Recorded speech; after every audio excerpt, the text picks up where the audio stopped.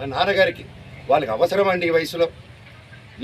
విష్ణు నాకంటే 4 సంవత్సరాలు పెద్దవాడు, అతనికి 4 పిల్లలు ఉన్నారు. వచ్చి మాట్లాడడం తెలియదా? కూర్చొని మాట్లాడమని అడుగుతున్నాను నేను. పెద్దవాళ్ళని కూర్చొని పెట్టి మాట్లాడలేరా? ఇవన్నీ కాకుండా ఇలా పోలీస్ ఆఫీసర్తో హైకోర్టు నుంచి నాకు ఆర్డర్ వచ్చిందండి. ఇది బాగా వినండి సార్. హైకోర్టు నుంచి క్లియర్ ఆర్డరు, నేను కానీ ఇక్కడ కానీ డిస్ప్యూట్ జరిగేంత వరకు మేము ఇక్కడ ఉండొచ్చు, నేను ఎవరు ఉండకూడదని చెప్పాలి. కలెక్టరేట్ దగ్గరికి వెళ్ళారు. నేను వచ్చి ఉండొచ్చు, నేను ఏం చేయట్లేదు, ఇదిగోండి అనేసి నా ఫైలు అప్పచెప్పాను నేను వాళ్ళకి. నేను వీళ్ళకి సినిమాలు పనిచేసినప్పుడు, నేను క్యాంపస్కి పనిచేసినప్పుడు ₹1 ట్రాన్సాక్షన్ వాళ్ళ దగ్గర నాకు వచ్చిందని చెప్పానండి. ఈ రోజు వరకు ఈ మనోజు ₹1 తీసుకోలేదు నా కుటుంబం నుంచి, ₹1 తీసుకోలేదు ఏ సినిమాకి. నేను బయట ప్రొడక్షన్ హిట్ కొట్టి బయట ప్రొడక్షన్లో చేసుకొని ఒకటి హిట్ కొడితే చాలు తీసుకొచ్చి ఇక్కడ లాక్ చేసేసాడు. విష్ణు కంపెనీలో 25 ఫిల్మ్స్లో నువ్వు చేయాలి. నువ్వు ఇప్పుడు ఆడగట్టు వేసుకొని చేయకపోతే విష్ణు కెరీర్ నిలబడదురా, నువ్వు ఆడగంటే అంటే నాకు కంఫర్టబుల్ లేదు, ఇప్పుడు I'm not ready for lady getup అన్నప్పుడు అంటే సెంటిమెంట్గా కూర్చొని పెట్టి, లేదు విష్ణు కెరీర్ నీ చేతిలో ఉంది అని నిలబెడదాం హీరోగా, నువ్వు ఒక పర్ఫార్మెన్స్ నువ్వు కామెడీ చేస్తావు అంతా నువ్వు చేయి అంటే అన్న కోసం అమ్మాయి గెటప్ కూడా వేసుకొని యాక్ట్ చేశానండి. ప్రతిదీ చేశాను. వాళ్ళకి స్టంట్స్ డైరెక్ట్ చేశాను, సాంగ్స్ కంపోజ్ చేసి పెట్టాను, ప్రతి గొడ్డు చాకరీ చేసి పెట్టాను వాళ్ళకి. గ్రాఫిక్స్ నేను గ్రాఫిక్స్ చదువుకుంటే అతను గ్రాఫిక్స్ కంపెనీ పెట్టుకున్నాను. నేను సాక్షాత్ అందరి కాళ్ళ మీద పెట్టి సారీ అడుగుతాను. ఒక్క ప్రూఫ్ చూడుకుని పోనీ నేను ఆస్తి అడిగినట్టే ఒక్క ప్రూఫ్ చూపిమనండి. వాళ్ళు చెప్పేది ప్రతిదీ అబద్ధం. ఏప్రిల్ 1వ తారీఖున దౌర్జన్యంగా 30-40 కార్లు, ఆ వీడియో కూడా ఇచ్చాను మీకు.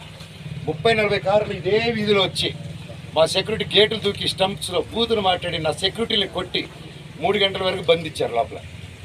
నేను 100కి చేశా, పోలీస్కి చేశా, సార్ కమిషనర్ గారికి చేశా, డీసీపీ గారితో మాట్లాడారు మా వైఫ్.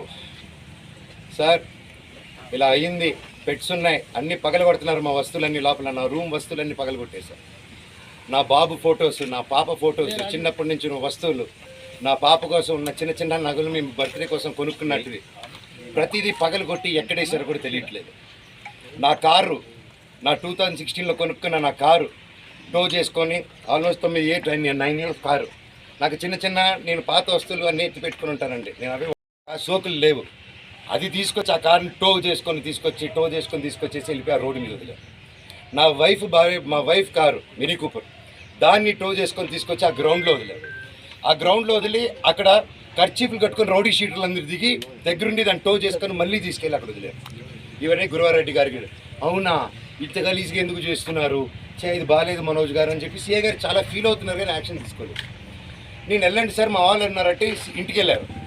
ఇంటికి వెళ్ళి మా సెక్యూరిటీ ఎక్కడని చూశారు. వచ్చేసారు సెక్యూరిటీ ఏమేస్తారంటే, నేను వెళ్ళి అడిగాను, వాళ్ళు ఎవరు లేరంటున్నారు మనోజ్ గారు అన్నారు.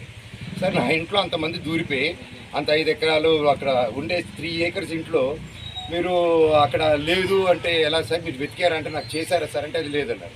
అక్కడ లేరు మనోజ్ గారు, నేను ప్రొటెక్ట్ చేస్తా అన్నారు. ఇది పొద్దునైంది. సాయంత్రం 3 గంటలకి ఇదే మనిషి బెదిరించి వాక్కుమూలన తీసుకొని సిఐ గారికి వచ్చి పోలీస్ స్టేషన్లో అప్పచెప్పారు. ఇప్పుడు పొద్దున అదే సిఐ గారు అక్కడ ఎవరు లేరన్నారు. ఇప్పుడు తిరిగి అప్పచెప్పారు. సార్ మీకే ఇది చేశారు కదా, మీరే నాకు అఫీషియల్గా చెప్పినారు, కేసు కట్టండి సార్ అంటే కట్టట్లేదు. పోనీ వాళ్ళిద్దరు సెక్యూరిటీలు సార్ మమ్మల్ని కొట్టారని కేసు పెడుతుంటే వాళ్ళు కేసు తీసుకోవట్లేదు. ఆ నోట్ చేసుకొని ఎఫ్ఐఆర్ చేయాలంటే ఇదంతా నేను పై వాళ్ళతో మాట్లాడాలి, నేను నాకు రైట్ లేదు అంటున్నాడు. పోనీ నేను జైపూర్ నుంచి ఒక పక్క పాప బర్త్డే సెలబ్రేట్ చేసుకుంటూ జైపూర్ నుంచి మెయిల్ పెట్టాను, సార్ ఇలా జరుగుతుంది, గివ్ ప్రొటెక్షన్, కనీసం నా పెట్స్కి ఏం చేయకుండా చూడండి అనేసి యాజ్ సింపుల్గా నేను పెట్టాను. దానికి కలెక్టరేట్కి పెట్టాను, అందరికీ పెట్టాను. పెడితే నో రిప్లై. దానికి నేను డిజిటల్ సిగ్నేచర్ చేసి పంపించాను, నో రిప్లై.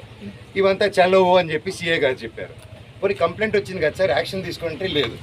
సరే నేను ఊరి నుంచి వచ్చింది, ఇమీడియట్గా కంప్లైంట్ డ్రాఫ్ట్ చేసింది. ఈ గ్యాప్లో ఏమైంది, అదే రోజు 1వ తారీఖు బార్జిన్ అయ్యారా, నేను జైపూర్కి వెళ్ళానా, అదే రోజు నైటు విష్ణు అతను ఫాలోయింగ్ కారు ఉంటుంది, ఎక్కువ కారులో అతను మనుషులు వచ్చి నా నార్సింగ్లో నా ఆఫీస్కి గోడలు దూకి లోపలికి వచ్చి నా కార్ని దొంగ కీ పెట్టి స్టార్ట్ చేసుకొని ఆ కారు దొంగతనం చేశారండి.